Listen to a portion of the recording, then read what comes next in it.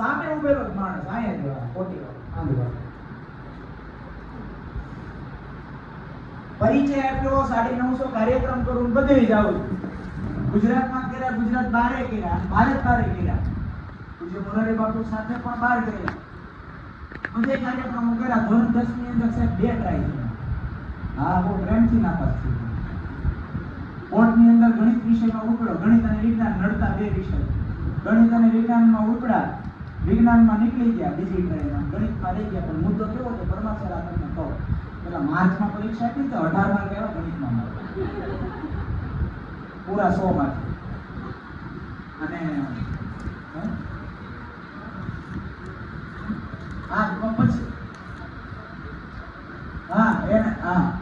એ જ હું કહું છું એટલે પછી બીજી ટ્રાય નું આપણે એમાં બહુ મજા આવે માર્ચમાં 18 આવ્યા જુલાઈ પરીક્ષા આપી ને 14 આવ્યા માણસના વધે મારા ઘટ્યા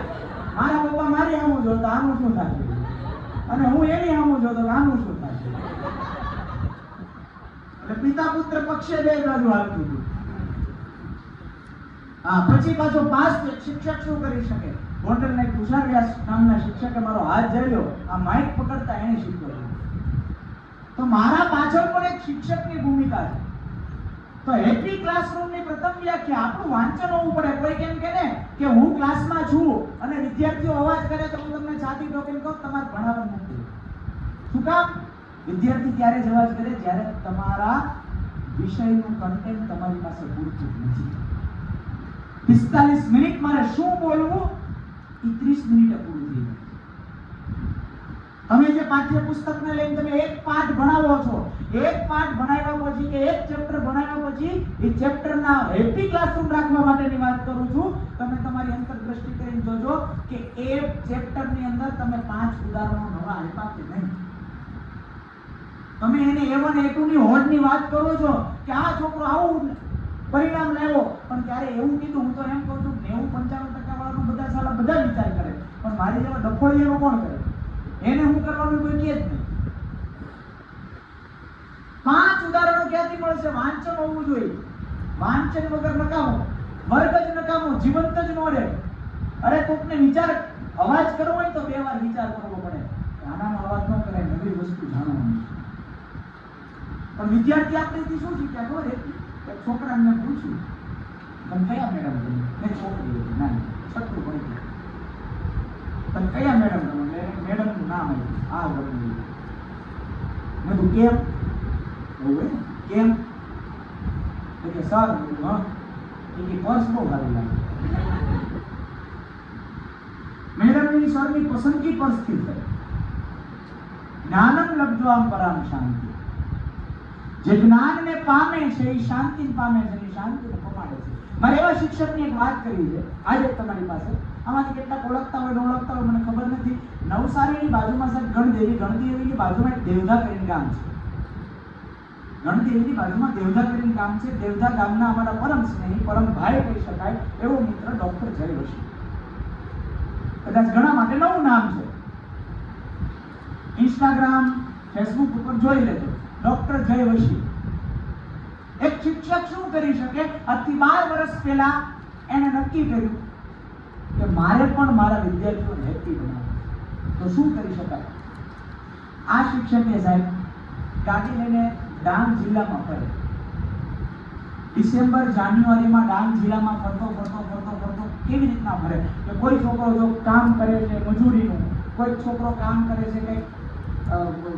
ખાડો ખોદે છે કોકના બાપુજી દારૂ પીવે છે હવે આદિવાસી જિલ્લાના છોકરાઓ એટલે કે બેટા તારે ભણવું છે તો હા મારી ગાડી બેસી લઈ આવે એની પાસે અને શરૂઆત કરે શું શરૂઆત કરી કે પોતાના બાપ દાદાની 10 વીઘાની જમીન આંબાવાડી ચીકુવાડી ડેમના કાંઠે એટલે આંબાવાડી ચીકુવાડીની અંદર મોહન વાંચન કુટીર કરીને એક પ્રવૃત્તિ શરૂ કરી પરમ સંસ્થા નામ રાખી અને આદિવાસીના આ છોકરાઓને ત્યાં લઈ આવે ત્યાં એ છોકરાઓ ભણે એક પણ રૂપિયો ફી એને નક્કી કર્યું કે આને કઈ ઘટકે બનાવવું છે અને જાજો ક્યારે તમે નીકળો તો અવશ્ય જાજો અત્યારે આખી એને જ આશ્રમ શાળા બનાવી બધું જ છોકરાઓ બનાવેલું બધું જ છોકરાઓએ બનાવેલું, ત્યાં રહેલા ઝૂંપડી છોકરાઓએ બનાવેલી, ત્યાં વાંચવા માટેના જે કબાટ છે એ છોકરાઓએ, ક્લાસરૂમ ખુલ્લા વૃક્ષની નીચે, આખું છોકરાએ બનાવેલું. પણ એક નિયમ, 2.5 થી 3 કલાક જ પાઠ્યપુસ્તક છોકરાને ભણવાનું, પછી ઇતર વાંચન કરવાનું. 2.5 થી 3 કલાક જ પાઠ્યપુસ્તક ભણવાનું, પછી ઇતર વાંચન કરવાનું.